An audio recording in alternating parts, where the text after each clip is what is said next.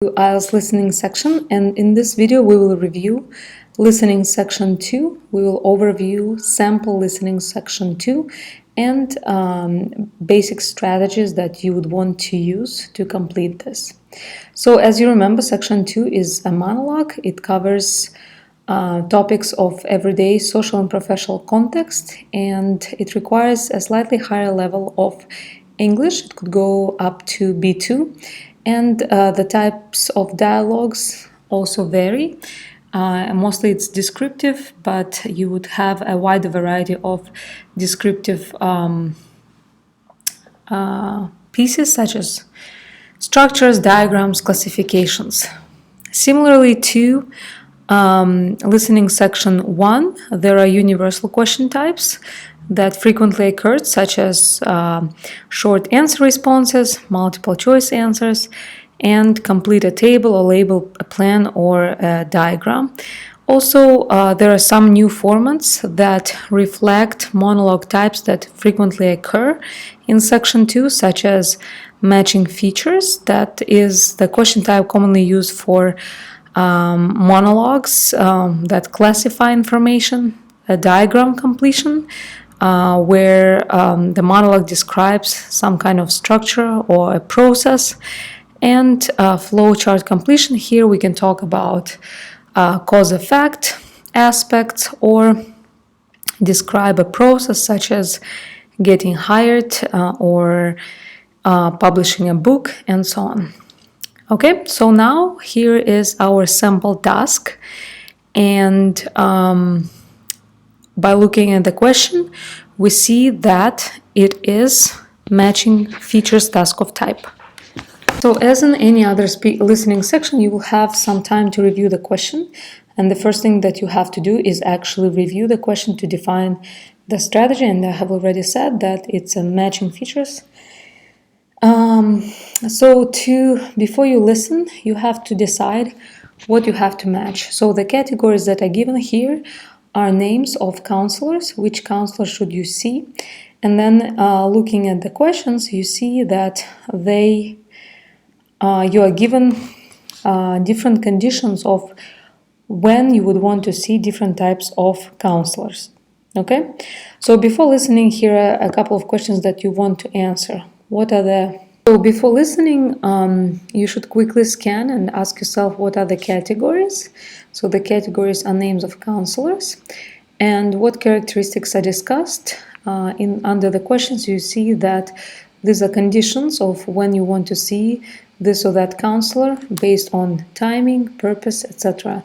And how do you expect the monologue to be organized? So probably they will be discussing each counselor step by step, or depending on the condition, they will offer what counselor you should visit. So step 3, while listening, you want to connect or use the form of the question to connect the letter to the correct answer choice, and then double check. So let's now listen to the first part of the monologue. We can see here that this question only includes 4 questions. So probably we will listen to the first part of the monologue, and then the second type will offer a different question type and the continuation of that monologue. Listen carefully and answer questions 11 to 14. Hello everyone. I'm the Counselling Administrator here at St Ives College, and I've been asked to come and talk to you about our counselling team and the services that we offer. We have 3 professional counsellors here at St Ives, Louise Bagshaw, Tony Denby and Naomi Flynn. They each hold daily one-on-one sessions with students, but which counsellor you see will depend on a number of factors.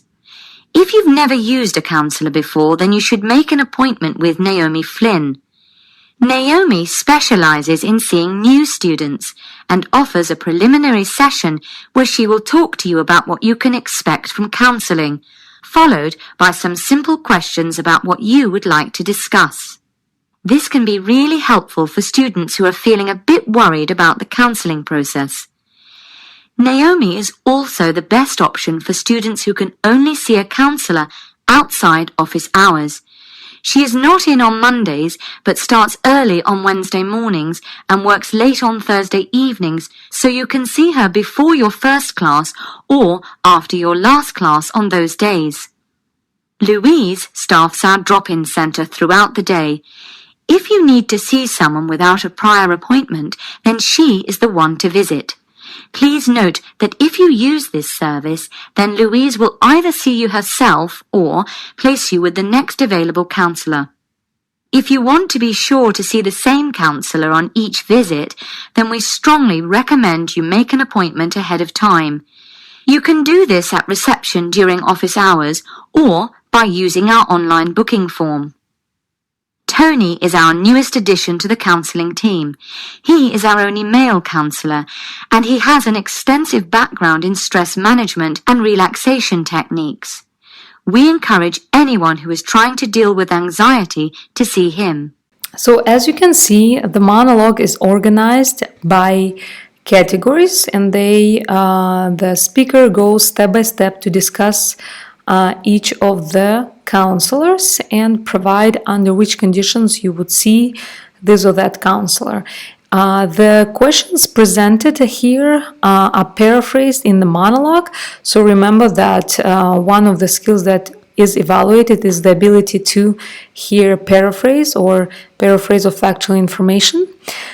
And there are lots of additional information that you actually do not need. And if you know how the classification monologues are organized, usually the categories and characteristics are stated at the very beginning as topic sentences and then provided with additional details.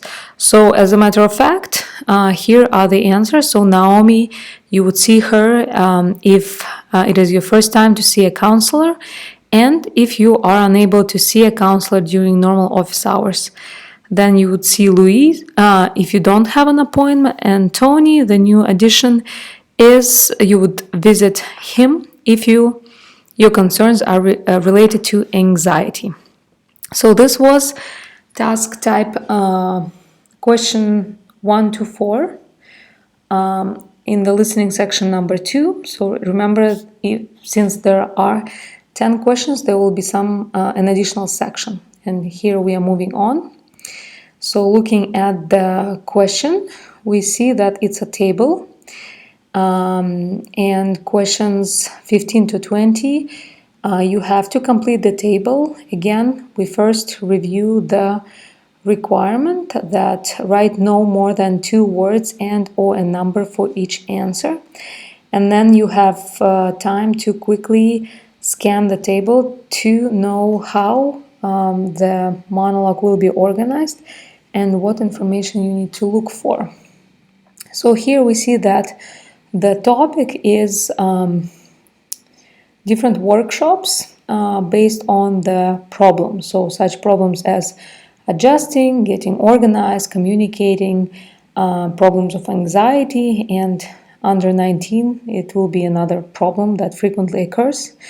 Then in the middle column, they specify what is the content of the workshop, and the final column explains the target group. So under 15, we expect that the information that is missing would be type of students who would want to use these workshops. Under 16, use time effectively, find something like a remedy between study and leisure, so it will be a noun. Under 17, we predict that all students especially, and here would be again type of students who will benefit from this type of workshop.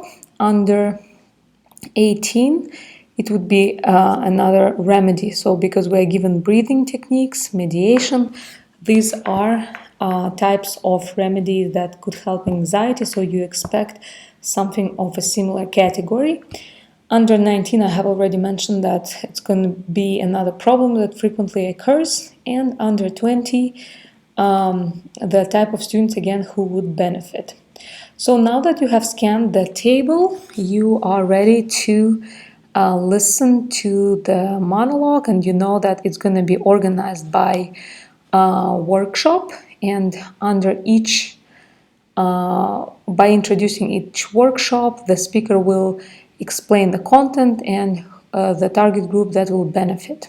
Okay, so you can listen to the rest of the monologue with me, or you can rewind the video a little bit and actually listen to the audio by yourself, and then complete it, and then we'll check the answers. I will be filling out the table as I listen, as I play the audio.